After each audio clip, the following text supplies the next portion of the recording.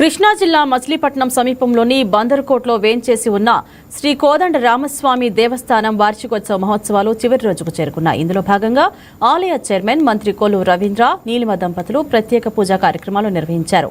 చివరి రోజు కావడంతో విశ్వక్సేన పూజ, పుణ్యావచన, అగ్ని ప్రతిష్టాపన, సర్వశత్రు నిర్మూలన, కామ్యసిద్ధి పూర్వక మహాసుదర్శన ఆరాధన హోమం, మహాపూర్ణాహుతి కార్యక్రమాలు చేపట్టారు. ఈ రోజు రాత్రి 7 గంటల నుండి శ్రీ స్వామివారి గ్రామోత్సవ సేవా కార్యక్రమం అత్యంత వైభవంగా నిర్వహిస్తారు.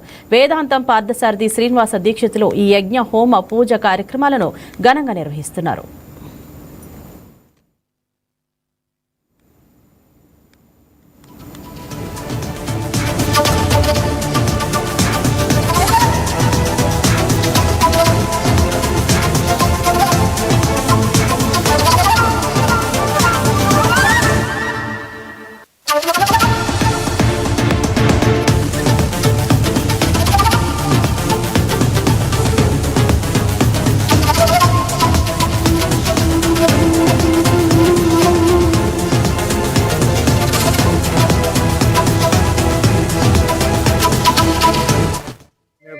బందర్కోటలో వేంచేస్తున్న శ్రీ కోదండ రామస్వామి దేవాలయ మహోత్సవాలు, వార్షికోత్సవ మహోత్సవాలు ఘనంగా ప్రారంభమయ్యాయి.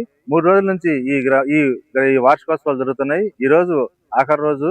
ఇప్పుడు ఇక్కడ ప్రత్యేక పూజా కార్యక్రమాలు, యజ్ఞ హోమాలు నిర్వహిస్తున్నారు.